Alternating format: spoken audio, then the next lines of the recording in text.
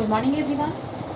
आज हम पढ़ेंगे law of inheritance. It is very important because आपने अभी अगर लास्ट ईयर का पेपर देखा है जो इस साल हुआ है उसमें देखेंगे तो आप देखेंगे कि मेंडल का लॉ 5 मार्क्स में आया है और मेंडल का इंडिपेंडेंट असॉर्टमेंट वाला लॉ आया था इस बार, ठीक है।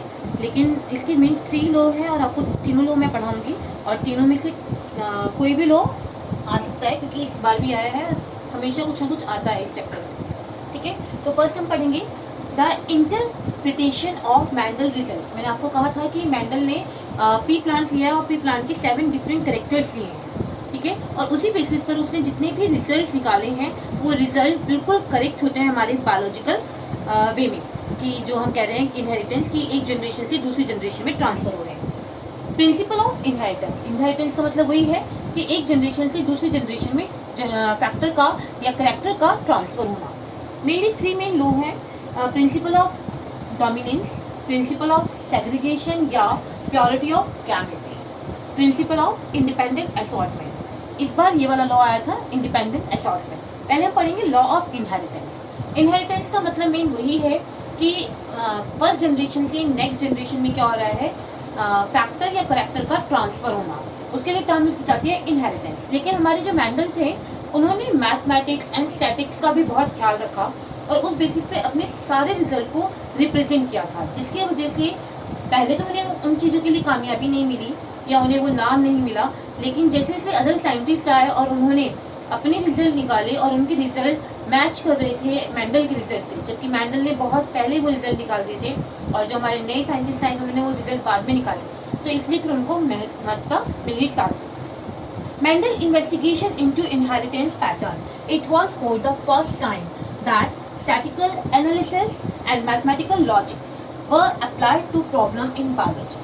उन्होंने जितने भी रिजल्ट दिए थे वो अपने स्टैटिकल एनालिसिस के बेसिस पे और मैथमेटिकल लॉजिक के बेसिस पर सारे रिजल्ट्स शो किए थे। His experiment had a large sampling size which gave greater creditable to the data that he collected. क्योंकि उन्होंने बहुत लार्ज साइज का अपना पी प्लांट का ऊपर काम किया था, एक्सपेरिमेंट किया था, तो उसके बहुत सारे जो डाटा आए थे वो सारे डाटा आज के टाइम में बिल्कुल मैच करते हैं जो हम सोचते हैं।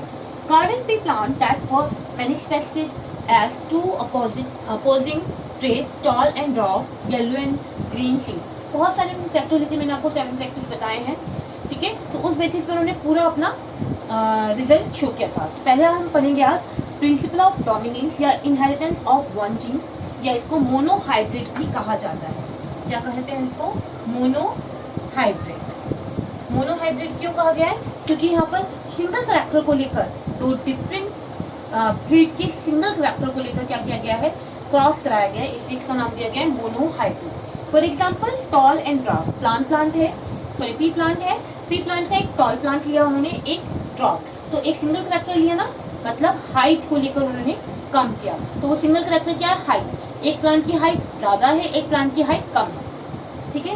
देखिए ये बहुत इंपॉर्टेंट पार्ट है जिसको आपको लिखना है और इस तरह से बोर्ड को फॉर्म करना है।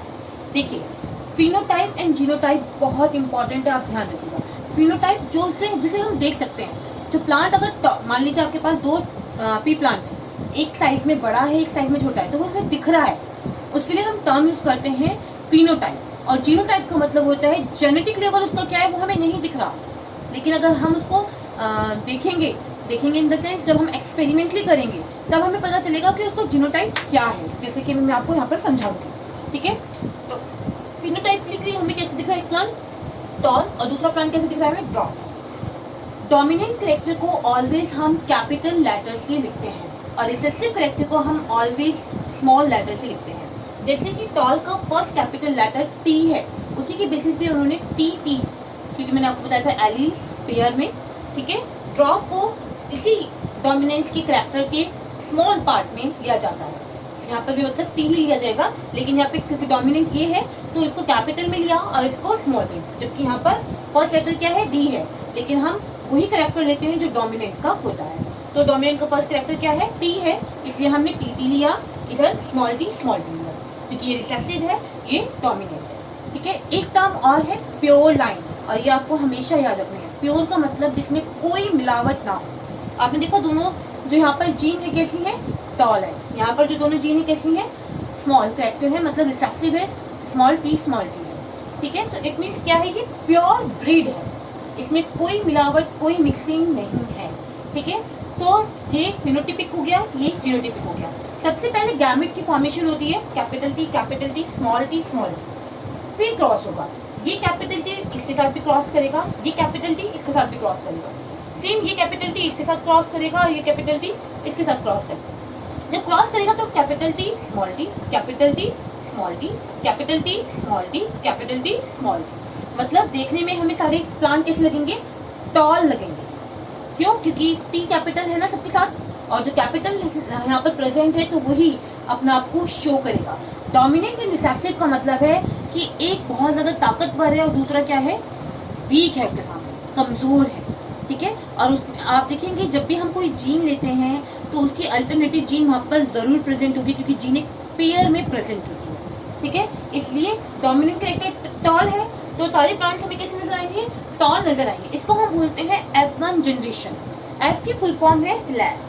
ठीक है, फिलैल जनरेशन, फर्स्ट जनरेशन। तो फर्स्ट जनरेशन में हमारे पास कैसे आए सारे प्लांट, टॉल आए, जो कि फिनोटाइप हमें दिख रहे हैं, लेकिन जीनोटिपिकली वो इस टाइप के हैं हमें नहीं पता था। ठीक है, हमें कब पता चला, उन्होंने जैसे ये फर्स्ट एक्सपेरिमेंट किया था अपना, तो उन्होंने सब जितने भी कैरेक्टर्स हैं डिफरेंट, राउंड है या येलो है या कलर के बेसिस पे, पोर्ट के बेसिस पे, किसी के बेसिस पर भी लिया था। उन्होंने सबके साथ करके देखा और उन्हें ऑलवेज हर बार सेम ही रिजल्ट देखने को मिले।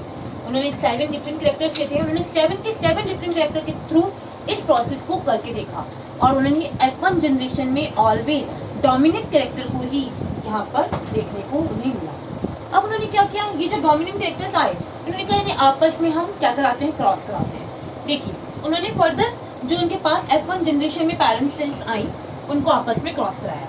वही ये फिनोटिपिकली है, सॉरी टॉल फिनोटिपिकली है, ये भी टॉल है एंड ये भी टॉल है, तो ये फिनोटाइप। ठीक है, लेकिन ये कैसा है, जीनोटाइप। वही गैमेट्स की फॉर्मेशन होगी, capital T small T, capital T small T. ठीक है, फिर क्रॉस होगा कैपिटल टी के साथ कैपिटल टी, ठीक है, कैपिटल टी के साथ small T, small capital T के साथ स्मॉल टी, स्मॉल टी के साथ स्मॉल टी। तो आप देखेंगे कि उनके पास ये कैरेक्टर आए। जब वो कैरेक्टर आए, देखिए ये भी कैपिटल है, यहाँ पे भी कैपिटल है, यहाँ पे भी कैपिटल है। ठीक है, तो जब ये कैरेक्टर आए तो जब हमें दिखाई दे रहा था वो प्लांट, तो हमने देखा 3 प्लांट्स तो कैसे है, टॉल आए, लेकिन 1 प्लांट कैसा आया, ड्रॉप आया। उस समय जेनेटिक्स की जो हमारे आज फादर कहलाते हैं मेंडल, उन्हें भी समझ नहीं आया कि ऐसा क्या हुआ कि जब फर्स्ट जनरेशन में निकली थी सारे टॉल आए थे। ठीक है, और उसके बाद मैंने 7 डिफरेंट कैरेक्टर के साथ करके देखा, तब भी टॉल आ रहे थे, लेकिन अचानक से जब मैंने उन्हें आपस में क्रॉस कराया तो वो ड्रॉप क्यों आया, उन्हें नहीं समझ में आ रहा था। इसलिए जेनेटिक्स के फादर क्यों कहा गया है आपके मेंडल को, क्योंकि उन्होंने इस चीज को mathematically, statically and mathematically logic के बेसिस पर देखा। उन्होंने कहा जो मैंने पहले प्लांट किया था वो प्योर ब्रीड था, लेकिन जब मैंने दोबारा उनको आपस में क्रॉस कराया तो वो प्योर ब्रीड नहीं रहा, ये मिक्स ब्रीड हो गया, इसलिए इसको नाम दिया गया था हाइब्रिड। देखिए लिखा है ना, मोनो हाइब्रिड। सिंगल कैरेक्टर के साथ उन्होंने क्या की थी, मिक्सिंग की थी। तो डिफरेंट कैरेक्टर से ना, सॉरी कैरेक्टर एक ही है हाइट, लेकिन 2 डिफरेंट ब्रीड है, एक टॉल और एक स्मॉल। ठीक है, तो इन्होंने कहा इसलिए कैसा ये मोनो हाइब्रिड, एक सिंगल कैरेक्टर के साथ उन्होंने क्या किया था, हाइब्रिड मिक्सिंग करके बनाया था।